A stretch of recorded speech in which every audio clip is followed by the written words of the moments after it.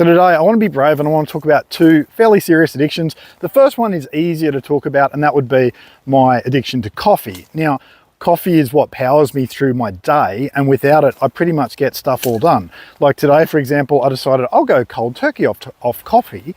And what did I achieve? I mean, I probably sent about 10 emails, ordered some brightly colored stationery, and patted the dog. And that's me without coffee. So I'm not saying that I'm a complete addict to coffee, but I am saying that if I was an employee and I saw my own performance, I probably would have given myself like a performance management plan or something today.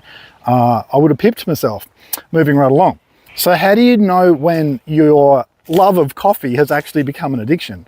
Well, pretty much I used to drink about 6 coffees a day to power myself through. I mean, I work some pretty serious hours sometimes, but I now have about 2/3 of them as decaf, which means, you know, only 2 or 3 real coffees a day and the rest are pretend coffees. I sort of wish there was some sort of like nicotine patch equivalent for coffee. It'd be sort of like a band-aid for my soul, really, and I haven't found one yet.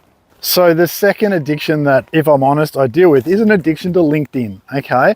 And I can say it's because my work's there, it's because some of my friends are there or whatever, but the reality is, I don't know about you, how hard is it to put down your phone at the end of the day? Oh my goodness. How hard is it to hear that bing go off and not want to deal with that message?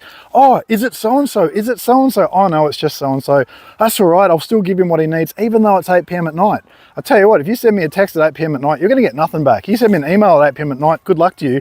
And yet on LinkedIn, oh, we're all good, I better respond. Now, is that an addiction? I think so. Now, just because everyone else seems to have the same addiction doesn't mean it's not an addiction. It's still an addiction. It's an addiction to the success or the good feeling we have from LinkedIn. Now, I don't know all the names of my neighbors, but I can tell you people's work history or, you know, what they do for fun that they've put up on LinkedIn. So if that's not a problem, I'm not sure what is. And I guess when other people in my social circles are worried about real world problems like, I don't know, America being funny or Ukraine wars or whatever, unless it comes up on my LinkedIn feed, one, I don't know about it, two, do I really care? Because my LinkedIn feed is all about things like the latest on what the algorithm's doing for video, what the algorithm's doing for carousels.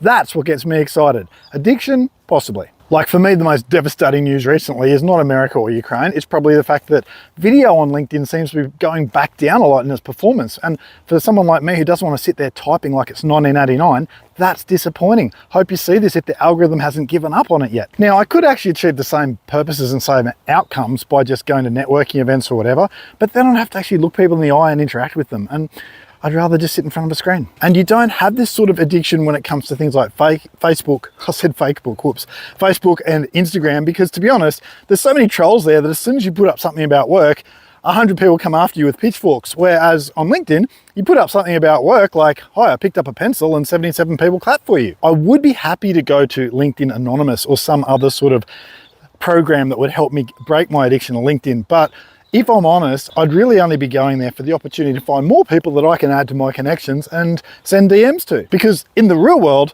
when you try and talk to people about work, they look at you like, pretty much like I look at my son when he talks about Minecraft.